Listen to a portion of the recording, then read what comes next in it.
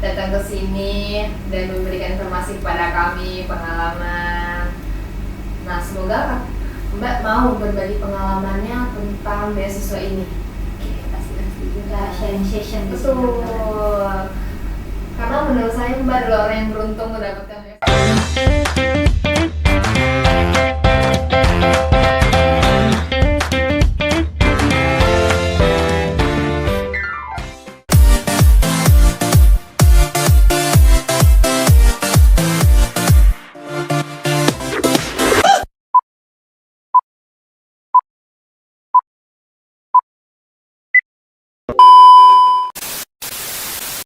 Assalamualaikum warahmatullahi wabarakatuh. Halo Sobat FK, apa kabarnya hari ini? Semoga sehat selalu, semangat, dan jangan lupa kita harus terus berjuang dalam menggapai mimpi kita.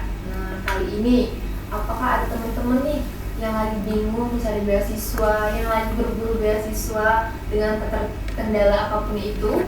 Nah, kali ini segmennya pas banget. Kita bakalan bahas tentang beasiswa unggulan yang paling bergengsi di Indonesia. Sama saya, narasumber. Dan saya Azizah dari. Nah, gini Mbak, kami tuh ada nih satu kebiasaan. Kalau misalkan sebelum podcast ada jargon nih Mbak. Mbak mau ikutin? Boleh. Ayo, oke. Podcast FK Universitas Kota Bengkulu. Podcast FK Universitas Bengkulu.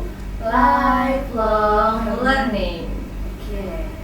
Jadi, gimana Mbak kabarnya hari ini? Alhamdulillah baik, sehat.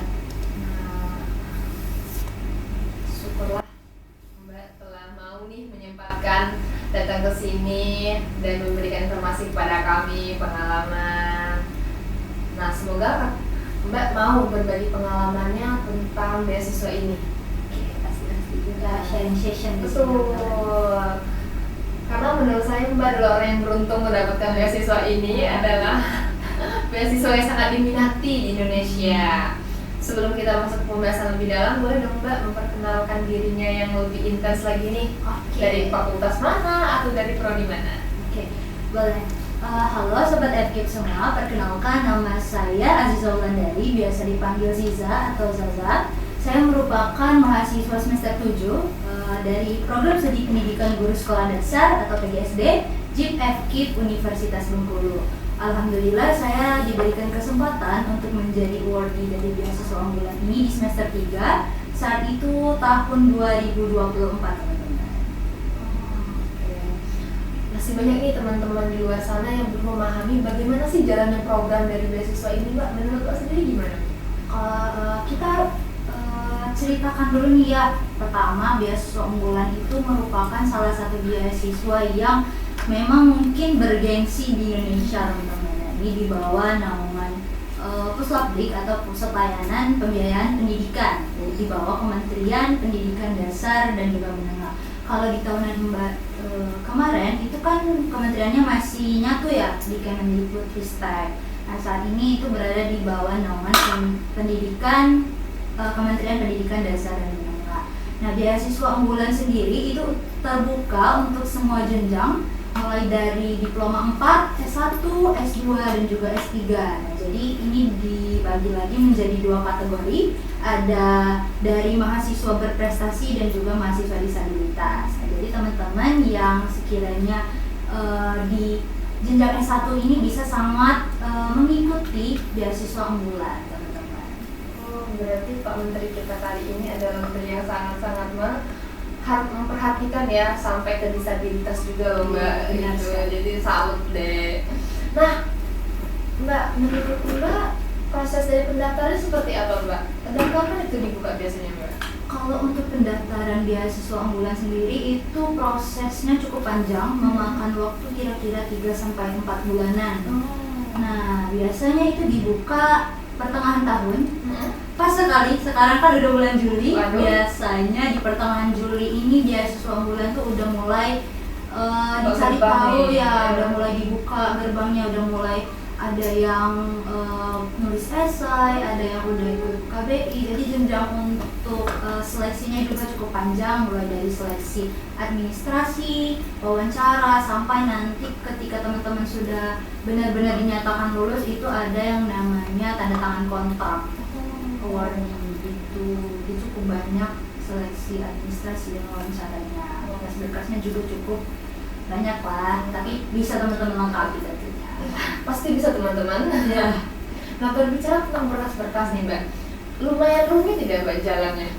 Kalau berkas-berkas sendiri, kalau teman-teman benar-benar mau mengikuti nggak sulit teman-teman. Jadi beberapa di antaranya mungkin teman-teman bisa cek nanti di laman beasiswa unggulan di web. Berkas-berkasnya itu mulai dari yang pertama identitas teman-teman, kompetensi teman-teman mulai dari sertifikat organisasi, sertifikat prestasi gitu ya. Terus juga esai, UKBI, uji kemahiran berbahasa Indonesia teman-teman. Jadi nanti teman-teman bakal tes terlebih dahulu mengenai kemahiran teman-teman dalam menggunakan bahasa Indonesia. Nah itu nanti ada skornya juga. Biasanya untuk seleksi beasiswa unggulan ini skor minimalnya itu Madya. Nanti itu apa boleh dijelasin deh Mbak? Dia itu ada tingkatannya, mungkin lebih lanjut nanti teman-teman bisa buka laman UKBI. Kalau untuk mahasiswa itu kita UKBI-nya pendaftarannya 100.000 untuk mahasiswa. Jadi nanti teman-teman bisa seleksi, mendengarkan, membaca, dan juga menyimak. Kalau untuk yang beasiswa unggulan ini teman-teman ambil section yang itu aja. Jadi usahakan nilai UKBI teman-teman itu di atas kategori Madya. Kalau bisa yang unggul, sangat unggul, karena UKBI ini menentukan bahwa teman-teman itu mahir berbahasa, apalagi kita kan bahasa Indonesia teman-teman. Jadi benar-benar dilihat bagaimana pengucapan kalimat, bagaimana teman-teman mengatur frasa dan lain sebagainya gitu. Dan juga mungkin esai nih teman-teman yang jadi PR. Esainya itu benar-benar teman-teman belajar menulis esai mulai dari identitas diri teman-teman, terus juga rencana studi teman-teman, dan juga dampak atau kontribusi nyata apa yang ini teman-teman bawa untuk sekiranya nanti teman-teman keterima menjadi awardee beasiswa unggulan. Berarti tes ini yang OKBI tadi lumayan memberikan satu pengaruh yang besar ya Mbak? Iya, KBI itu. Oke. Nah, terkait dengan persyaratannya, apakah hal ini lumayan ada surat rekomendasi Mbak? Oh iya, ya benar-benar itu ada surat rekomendasi juga. Surat rekomendasi itu kalau untuk mahasiswa baru teman-teman bisa dapetin dari guru bimbingan konseling di SMA, guru BK ataupun wali kelas yang sekiranya guru itu tuh benar-benar mengenal teman-teman secara dekat, mulai dari prestasi, kebiasaan teman-teman, atau sekiranya teman-teman enak lah untuk ngobrol sama guru tersebut. Jadi kita bisa minta rekomendasi karena dia kan sudah mengenal diri kita lama, kita tahu kan kebiasaan apa saja yang telah kita lakukan, terus juga organisasi di sekolah kita. Terus kalau untuk maba ongoing itu bisa teman-teman minta ke kaprodi atau dosen yang benar-benar mengenal kita, atau juga pembimbing akademik juga boleh teman-teman dimintain surat rekomendasi. Nah di surat rekomendasi itu kan nanti biasanya ada kayak kriteria kenapa sih kita diberikan rekomendasi dan kenapa kita kayak diberikan benar-benar diberikan jalan untuk mendaftar beasiswa ini gitu. Jadi nanti prestasinya juga boleh dicantumin juga di surat rekomendasinya. Oh, menjadi nilai plus bagi para yang menyaring itu ya. Nah, jadi untuk guru-guru BK, apakah kita sudah dekat dengan guru BK-nya untuk mahasiswa baru? Betul sekali. Nah, jadi melalui rekomendasi itulah adalah titik nilai yang berpengaruh terhadap kelulusan kita. Ada nih yang mungkin menjadi hal yang masih bingung bagi teman-teman perihal NPWP. Gimana itu? Kalau NPWP sendiri itu kan nomor pokok wajib pajak ya teman-teman. Kalau di syarat beasiswa unggulan itu juga ada yang namanya melampirkan NPWP. Boleh teman-teman siapin dari sekarang NPWP-nya. Sekiranya nanti itu menjadi hal yang wajib, bisa teman-teman sertakan. Sekarang kan sudah ada aplikasi yang bisa teman-teman daftarkan NPWP-nya. Cuma kalau di tahunan Mbak kemarin, di tahun 2024 itu NPWP-nya masih bersifat opsional, teman-teman. Jadi untuk jaga-jaga, disiapin aja semua berkas-berkas administrasinya. Oke, nah berarti prestasi ESA yang portofolio tersebut berpengaruh besar ya, Iya, benar sekali. terhadap beasiswa ini. Iya. Nih, apakah beasiswa ini boleh nggak Mbak kasih tahu apa aja sih contoh dari persyaratannya nih? Kalau persyaratannya itu ya tadi ada UKBI, terus juga ESA ya teman-teman, terus juga sertifikat kompetensi. Jika teman-teman sekolah SMK biasanya kan ada kompetensi yang komputer dan lain sebagainya, itu bisa dicantumin kan. Terus juga sertifikat organisasi, kalau teman-teman di sekolah ikut OSIS, ikut MPK, ikut ekstrakurikuler basket dan lain sebagainya yang dapat juara, bisa dicantumin di sertifikat organisasi. Terus juga prestasi nih, prestasi teman-teman mulai dari mungkin SMP, SMA yang sekiranya itu bisa dicantumkan kayak juara 1 tingkat daerah, lokal, nasional, apalagi internasional itu sangat bagus sekali. Poinnya tambahan mungkin ya. Nanti kalau misalnya udah internasional itu sangat bisa menambah poin teman-teman ketika seleksi beasiswa unggulan. Berarti di seleksi ini sertifikat SMP juga masih boleh dipakai, Mbak? Boleh, kalau Mbak kemarin menyantumkan dari SMP yang sekiranya memang itu ada title-nya, dari kita dari daerah dan lain sebagainya itu masih bercantumkan. Nah, jadi teman-teman seluruh sertifikat silakan dimasukkan kecuali sertifikat rumah ya. Iya, benar sekali. Mungkin itu agak tidak di luar konteks banget itu. Iya. Nah, jadi sama seperti beasiswa pada umumnya, Mbak. Apakah beasiswa itu mempunyai tahap wawancaranya? Iya, benar sekali. Jadi tadi kan berbicara tentang jenjang seleksi, itu kan dari administrasi, wawancara sampai nanti ke timeline penandatanganan kontrak. Nah, setelah kalian mengikuti seleksi administrasi itu nanti bakal diumumin melalui email teman-teman, kurang lebih 1 bulanan. Nah, biasanya setelah pendaftaran ini dibuka 2 minggu untuk teman-teman melengkapi sesi administrasi. Jadi benar-benar dimaksimalkan di sesi administrasi ini. Dari berkas-berkasnya jangan sampai ada yang ketinggalan, bolong-bolong, itu harus dilengkapi semua. Nanti di tahap administrasi ini terjadi penyaringan yang cukup ketat, karena sekiranya yang tidak lengkap itu akan di remove gitu. Jadi nanti setelah penyaringan itu selesai bakal diumumin lewat email yang lulus seleksi tahap 1. Setelahnya nanti akan ada jadwal wawancara. Nah, itu nanti diumumin lagi lewat email teman-teman kapan teman-teman akan melakukan wawancara. Nah, wawancara ini nanti kita bakal 4 mata sama reviewernya. Ditanyain Deg-degan banget pasti. Iya, benar sekali, karena roomnya benar-benar privat teman-teman. Berarti setelah administrasi jangan sampai salah ya, Mbak? Iya, itu teman-teman harus sering cek-cek emailnya. Jangan sampai kelewatan. Jangan sampai kelewatan, nanti nggak dapat nih beasiswanya. Nah, Aulia mau tanya nih, Mbak, terkait dengan pertanyaan dari wawancaranya, apa yang paling Mbak ingat, dan apakah ada pertanyaan yang kayak waduh ngejebak nih jawabannya? Banyak tuh kayak gitu. Karena waktu sesi wawancara kita cerita sedikit ya pengalaman Mbak ini. Mbak waktu itu seleksi wawancaranya pas banget ada mata kuliah. Jadi ya mau nggak mau kita meluangkan waktu dulu kan buat wawancara. Nah, jadi wawancaranya itu udah pasti kita udah tremor nih dari awal kan, udah deg-degan kita ditanyain apa ya. Tapi kuncinya teman-teman kalau udah masuk ke tahap seleksi wawancara itu Yang pertama yang harus kita siapkan itu duit, teman-teman. Apa tuh?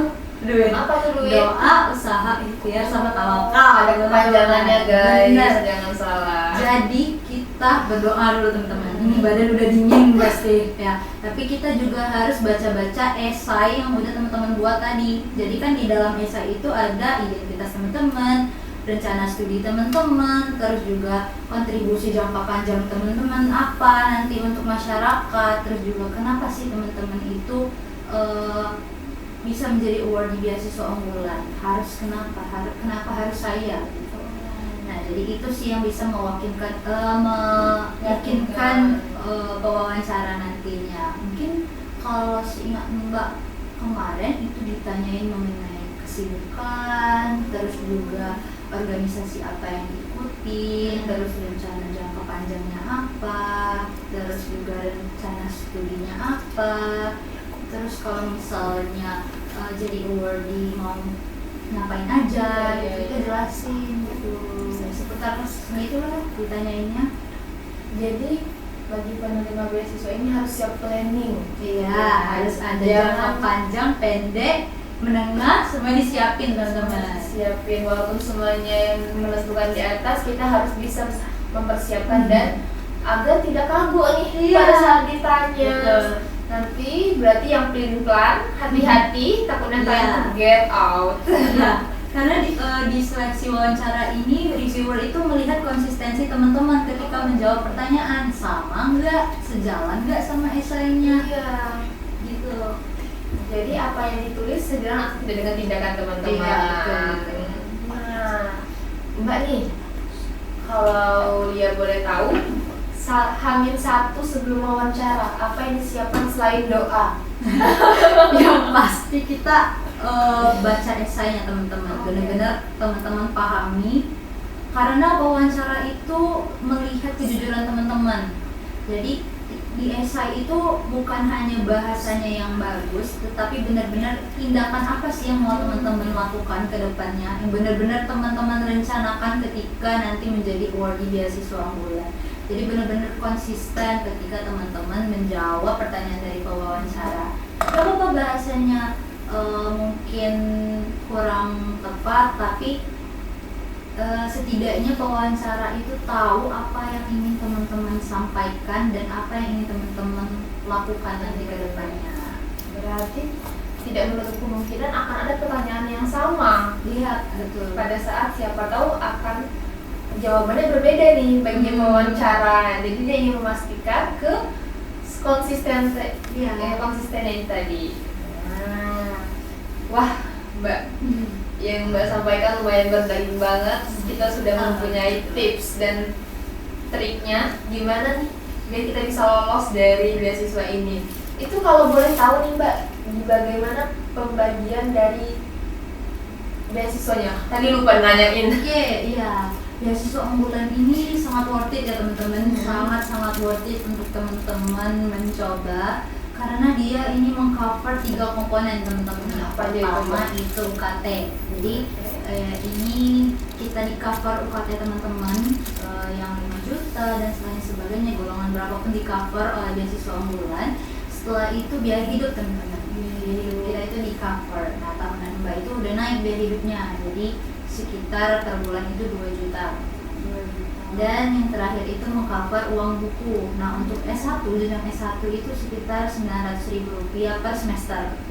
Nah untuk S2 itu ada Rp1 juta sampai dengan S3 itu kalau nggak salah Rp1.150.000. Itu uang bukunya. Itu kalau boleh tahu nggak dapatnya per bulan kah? Per semester. Per 6 bulan. Per 6 bulan, ya. Kalau untuk kontrak tahun 2024 itu udah mulai per 6 bulan. Nah, buat teman-teman yang butuh beasiswa nih, bisa kan tadi kita simak 2 juta per bulan, berarti per 6 bulannya adalah itu kita sendiri 2 digit intinya. Alhamdulillah Mbak sebagai orang yang mendapatkan keberuntungan itu. Wah luar biasa sekali FK, banyak sekali insight dari yang kita dapat, gimana triknya. Semoga seluruh pengalaman Mbak yang Mbak ceritain, yang Mbak laluin kami yang mendengarkannya hanya beberapa menit ini, Mbak yang melaluinya berhari-hari, menjadi hal-hal yang bermanfaat bagi kami semua. Yang tadi diberikan oleh Mbak, terima kasih buat Mbak juga yang sudah hadir meluangkan waktunya. Padahal enak istirahat hari ini, tapi mau dia berbagi cerita kepada Demi kami. kalian ini harus nih teman-teman jangan lupa ikut seleksi beasiswa unggulan karena mungkin sebentar lagi bakal open ya teman-teman untuk award beasiswa unggulan. Jadi jangan takut untuk mencoba, teman-teman harus ikutin nih semua mumpung masih kita megang namanya gelar mahasiswa. Jadi mencobain aja semua dari mulai beasiswa, organisasi atau apapun itu, mencoba aja teman-teman. Selagi masih muda jangan takut Ya, mencoba. betul. Itu. Jadi mumpung nih kita masih diberi kesempatan untuk mencoba, silakan coba apapun itu, jatuh nanti bangun lagi. Betul, Ya. betul. Mbak, terima kasih banyak atas Oke. informasinya yang berdaging sangat, yang telah bercerita bersama kami. Semoga yang mendengarkan juga menjadi suatu manfaat. Dan untuk sobat FKIP jangan lupa belajar, terus berkembang dan jangan pernah menyerah. Saya akhiri sebagai host saya pamit undur diri. Wabillahi taufiq wal hidayah. Wassalamualaikum warahmatullahi wabarakatuh. Waalaikumsalam warahmatullahi wabarakatuh.